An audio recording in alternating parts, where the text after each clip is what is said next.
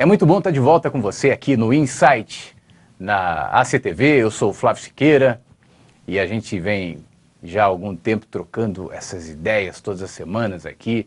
E eu repito, não me canso de repetir, que é um privilégio, é um prazer essas trocas que acontecem não só nessa dimensão virtual da câmera, né, mas também nas trocas de e-mails. Tem muita gente que no meu blog, no flaviosiqueira.com, ou no e-mail flavio@almaeconscienciatv.com.br, tem escrito, e eu realmente fico muito feliz de você. Fica à vontade, eu estou no Facebook também, Flávio F. Siqueira, e aí você fica um pouco mais por dentro dos meus trabalhos, dos meus livros, que eu estou lançando inclusive um livro agora, enfim.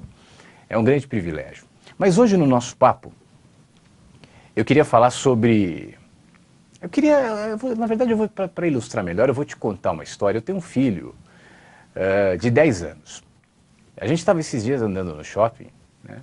E ele gosta de falar assim, lembra quando eu era pequeno? Me conta uma história de quando eu era pequeno, me conta uma história de quando eu tinha 3 anos, ou você lembra quando eu caí de skate, ou quando, enfim. E eu estava dizendo para ele assim, olha, você sabe que quando eu lembro de você menininho, porque 10 anos, né, já está quase entrando na pré-adolescência, já tem traços da adolescência. Aliás, é muito legal essa idade, porque mistura a fase de criança, alguns gostos e preferências e traços infantis com outros da adolescência, da juventude querendo despontar, e aquela simbiose forma uma coisa muito legal. Mas eu estava dizendo para ele, eu me lembro de você pequenininho, de você com 2 anos, com 3 aninhos, tal, e tenho saudade daquele tempo. Mas eu não acho aquele tempo melhor do que hoje. E eu não vou achar amanhã pior do que hoje. Cada tempo tem o seu tempo, e eu adoro desfrutar esse teu momento. Com 10 anos eu adorava desfrutar o teu momento com 5, com 4, com 8, e eu vou adorar o teu com 20, com 30, com 40, sabendo que são momentos diferentes. Porque em cada fase que a gente vai passando na vida, em cada momento que a gente vai experimentando, esse inclusive que a gente está vivendo agora, eu, você, fica marcado, fixado num fragmento de tempo, mas se renova à medida em que o tempo passa e vai deixando para trás um legado, um rastro daquele que um dia nós fomos, como uma morte. Aquela criancinha que você foi há algum tempo, não sei quanto tempo faz, não sei se faz muito tempo, mas aquela menininha, aquele menininho que um dia você foi, morreu. Você se enxerga no espelho, você se olha, as pessoas que te conheceram naquele tempo te identificam, te reconhecem, conseguem projetar a imagem, essa pessoa que você é hoje, com aquela que um dia você foi. Quando você vê uma foto tua, pequenininho, menor, gordinho, gordinha, aquele cabelinho, você consegue imaginar que era você, ou que é você? Quem está mais velho tem mais dificuldade ainda em fazer esse exercício de olhar as imagens de quando eu era bebê, depois da infância, da adolescência, da juventude, da vida adulta, da meia-idade, da velhice, e vincular todos aqueles seres, que na realidade são um só, você, e projetar em todos eles a imagem de um, que é você. Você está conseguindo entender? À medida que o tempo vai passando, nós vamos nos renovando, nós vamos renascendo, a partir das nossas experiências, a partir daquilo que a gente vai vivendo, e na mesma proporção em que isso vai acontecendo, alguém vai morrendo. Para que o meu filho, o Flavinho, surja como um menino de 10 anos que ele é. O Flavinho de 5 teve que morrer. E quando ele for adolescente, esse menino de 10 vai ter que morrer, vai deixar de existir, com as características, com as conclusões, com os pensamentos, com as graças. Ele não vai ser mais o mesmo, porque um outro ocupará aquele espaço, ainda que esse outro seja ele. E quando ele for adulto, o adolescente terá que morrer, porque se o adolescente tentar se perpetuar no corpo adulto, na alma adulta, na mente adulta, no mínimo será um adulto imbecilizado. Um adulto que tenta manter a sua adolescência para sempre, vai perder a fase adulta, vai deixar de ser, vai ser alvo, no mínimo, de piadas. Você já viu aquele homem maduro, experiente, agindo, se vestindo, falando, se portando, pensando como um adolescente? E quando a velhice chegar, esse homem, essa mulher, que hoje você é, com as suas pressas, com as suas metas, com o seu ritmo, com as suas conclusões, com o seu mundo, com as suas importâncias, com os seus objetivos, deixará de ser e será substituído por um outro ou por uma outra.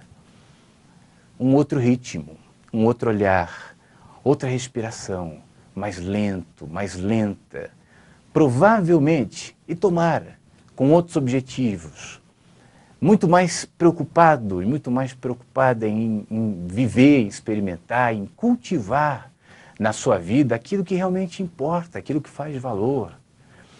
Uma pessoa idosa, uma pessoa já lá na frente, que já experimentou um monte de etapas na sua vida, que já quebrou a cara, que já acertou, que já errou, que já entrou em curvas, que já entrou em retas, que já experimentou os buracos e já saiu dos buracos.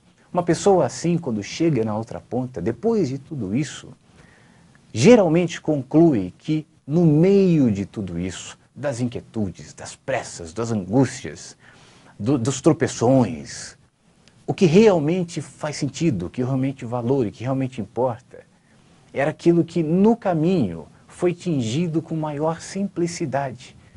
Portanto, quando você chega na outra ponta do processo, quando você envelhece, geralmente você passa a valorizar o que é simples, porque você já percebeu que tudo aquilo que durante o caminho a gente dava importância, deixa de ter. Eu estou te dando esse exemplo porque eu quero que você pense comigo sobre algo essencial na nossa vida.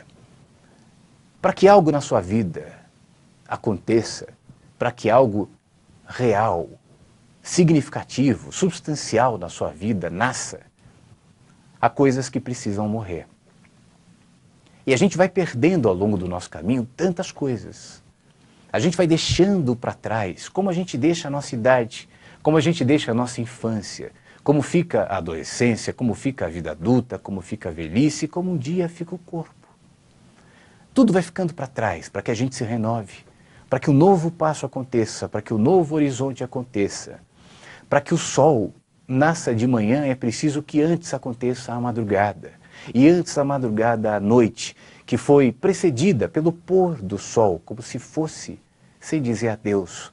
Como se ao se pôr atrás das montanhas e do horizonte, não fosse voltar mais, afinal de contas, não há placas, não há garantias, não há contratos dizendo que o sol voltará. Mas para que ele volte, ele precisa se pôr. E depois a noite, depois a madrugada, o sol novamente. Amanhã, o meio-dia, a luz, o calor e a vida, que não é a mesma de ontem, e nem a de anteontem, e nem a de amanhã, porque ela se renova todos os dias. Nada é exatamente igual, nada se fixa, nada fica estagnado no tempo. Tudo deixa de ser para que amanhã seja, tudo morre para que amanhã renasça, tudo deixa de acontecer para que daqui a pouco aconteça de outra maneira. Como uma árvore que é podada. Você vê aquela árvore linda, cheia de folhas, de galhos, de flores, de repente ela está completamente podada. Para que amanhã ela possa dar mais frutos, para que amanhã ela possa crescer e não morra atrofiada no seu medo da poda. É assim com a gente. Até que ponto você tem percebido isso? Não só cronologicamente no seu caminho, não só nas suas idades, nas suas experiências existenciais, físicas, profissionais, de relacionamento, mas até que ponto você percebe no dia a dia as pontuações do tempo que sutilmente lhe diz, olha, está na hora de deixar isso para trás, está na hora de esquecer, está na hora de mudar o caminho, está na hora de ser diferente, está na hora de repriorizar valores, está na hora de repensar escolhas, está na hora de reaprofundar raízes, motivações, importâncias. olhar, consciência. E você, fixado naquilo que lhe dá segurança, tenta perpetuar uma condição que já era para ter passado. E aí vira como o idoso que se mantém na adolescência, o adulto que se mantém infantilizado, dependente dos pais, que lhe deram segurança, afinal de contas, pais são pais, mas deixa de crescer, deixa de viver a vida, deixa de experimentar a condição de ser. Aquele que é, aquele que aprende a ser, aquele que se propõe a ser, tem que estar preparado para as perdas do caminho. Tem que estar pronto para as perdas, sejam elas quais forem. Eu não estou aqui me referindo a nenhuma perda específica, mas se você está pensando em alguma, pode ser. Pode ser a perda daquela pessoa que você tanto amava, que estava perto de você e, de repente, deixou de estar. Pode ser a perda do trabalho, daquela condição que parecia eterna. Durante tanto tempo, a mesma rotina, as mesmas pessoas, o mesmo convívio, a mesma situação, tão segura. E aí um dia alguém te chama na sala e fala, estamos cortando despesas, a empresa está mudando e você vai embora. Como perder aquela mulher ou aquele homem que você tanto ama, que você se sentiu tão seguro e que você pensou que era para sempre. E de repente, por qualquer razão, deixou de ser. A perda de um filho, que nos deixa de uma maneira chocante, dolorida, difícil, quem aceita a perda de um filho? Ou que vai embora, fazer o seu voo, seguir o teu caminho. Um dia os nossos filhos crescem, eu falo muito isso para o meu, hoje eu quero aproveitar você aqui, porque eu sei que daqui a 10 anos, ou a 15, eu não sei, daqui a pouco você vai seguir o teu caminho, e que bom! Porque se eu tentar perpetuar o meu filho ali debaixo da minha asa, eu vou fazer mal a ele. Eu vou privá-lo da experiência de ser um homem, de crescer, de viver, de experimentar a vida com sabedoria e com consciência. O nosso caminho cresce, a nossa existência ganha, quando a gente aceita perder. Não como quem resignadamente se propõe, se disponibiliza ou aceita perder todos os jogos, afinal de contas eu sou um fracassado. Não é nesse sentido não, mas aceita que há etapas, há momentos, há situações, há condições, há relações, há caminhos que a gente vai deixar para trás para que o novo renasça. Que tipo de caminho que de repente está aí, adiante, no próximo passo, na próxima caminhada, simplesmente esperando você desistir dessa resignação em manter a sua vida sob controle, em segurar tudo como é, em perpetuar de acordo como um presépio, de acordo com a imagem, o retrato daquilo que um dia foi bom. Até que ponto você não está lutando e por isso experimentando várias vezes a mesma situação, a mesma experiência, a mesma dor, a mesma dificuldade, os mesmos conflitos, porque simplesmente se recusa a deixar que vá. Talvez esteja na hora de você deixar ir, seja o que for. E, como a borboleta, o lagarto que sai do casulo e vira borboleta, alçar outros voos, vestir uma nova roupa e viver uma nova vida. Se você quiser falar mais comigo ou saber mais sobre mim ou os meus trabalhos, eu acabei de lançar o livro Mensagens que Chegam pela Manhã, são mensagens como essa, acesse flaviosiqueira.com. Aí a gente pode trocar ideias, ou você pode mandar um e-mail aqui para mim no flavio@almaeconscienciatv.com.br. Que você fique bem, uma boa semana e até o próximo Insight.